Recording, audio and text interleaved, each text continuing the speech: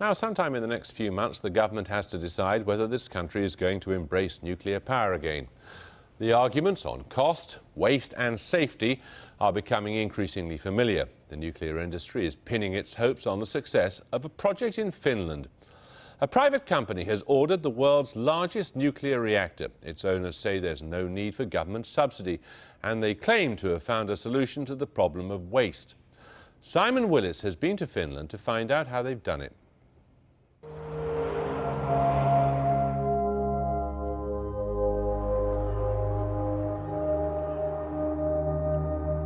Who'd have thought it? One of the countries worst affected by fallout from the Chernobyl disaster will become the first to return to nuclear fission. We are the guinea pigs of the EPR reactor. It's a first of its kind. Nobody knows what kind of problems there might be, and the Finns think that that will solve their energy problems in the next 10 years. We'll see. The story's the same as Britain: rising electricity demand and dwindling supply from aging coal-fired power stations.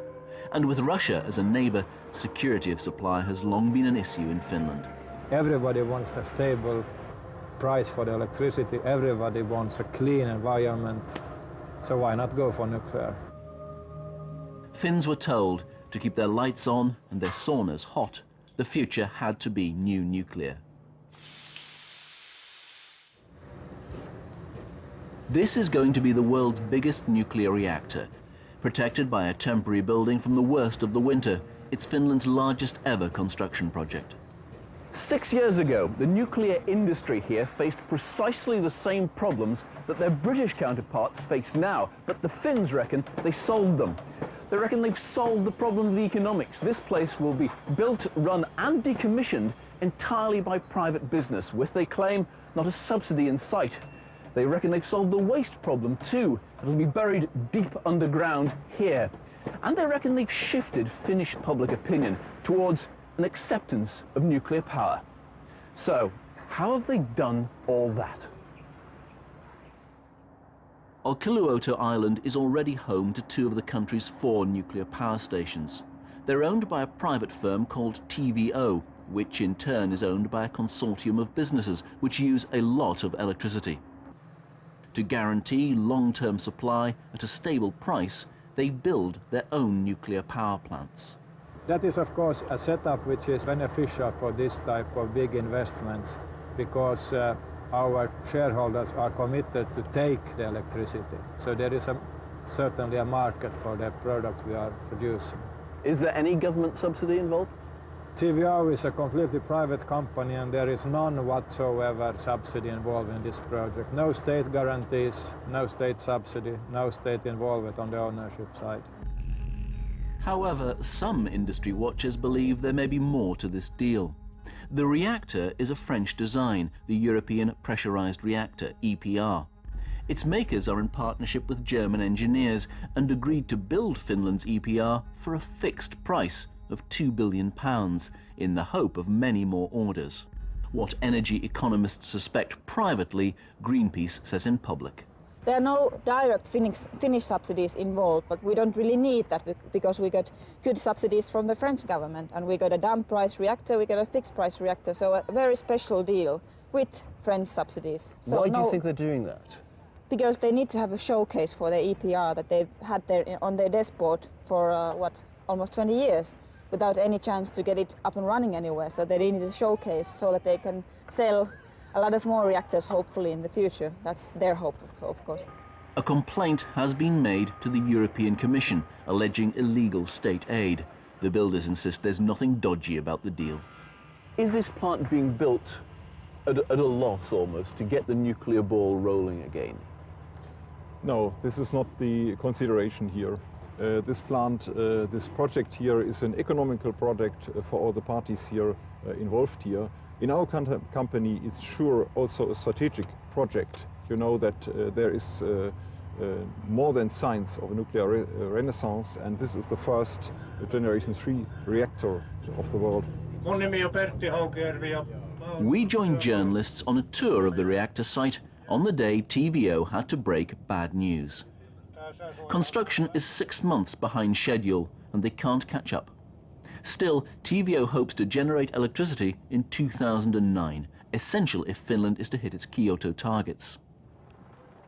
TVO won't talk in detail about money, but says it had no problem financing the reactor.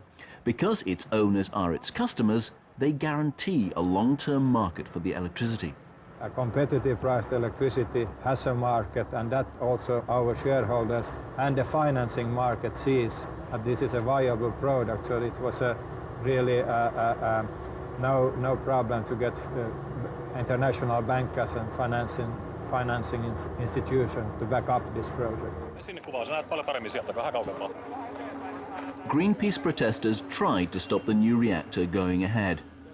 The campaign leaders now believe they failed, partly because the people of Finland had already been told there was a solution to the problem of nuclear waste. Parliament had approved a location for an underground store.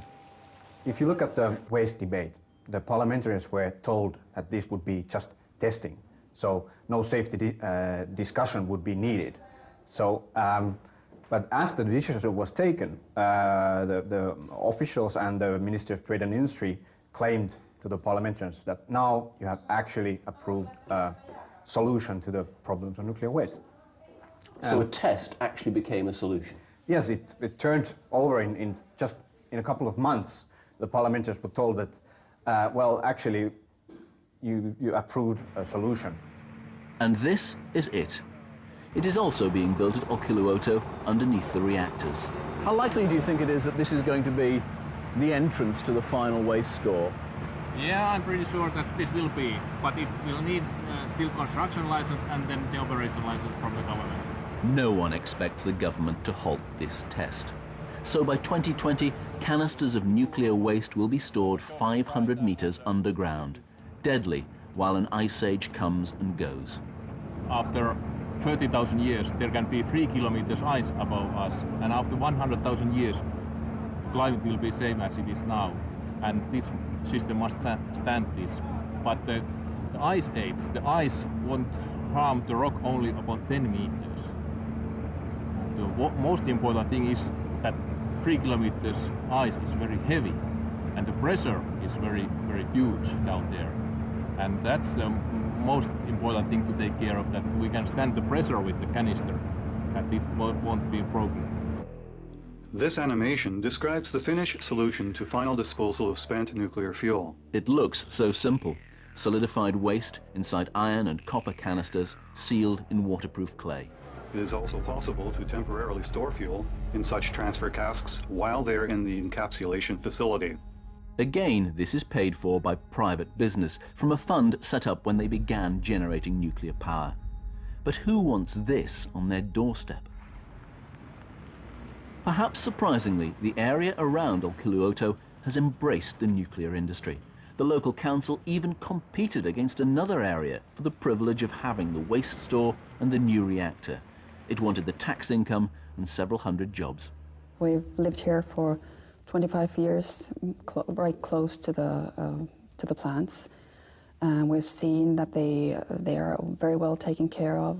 They are carefully maintained every year. A lot of people have their jobs there, if not permanent jobs, have summer jobs there, and there haven't been any problems for 25 years.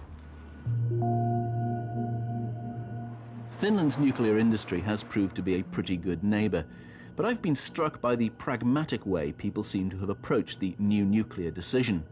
3 years ago, a group of British MPs contrasted what they called Finland's well-modulated and broadly consensual approach with the situation in the UK, where they said emotion and confrontation dominate the debate. Maybe it's the Lutheran religion, I don't know where it comes from, but maybe it's the cold nature. We see that we just have to have the power. We just need the electricity for the heating, and it's a very pragmatic way of thinking.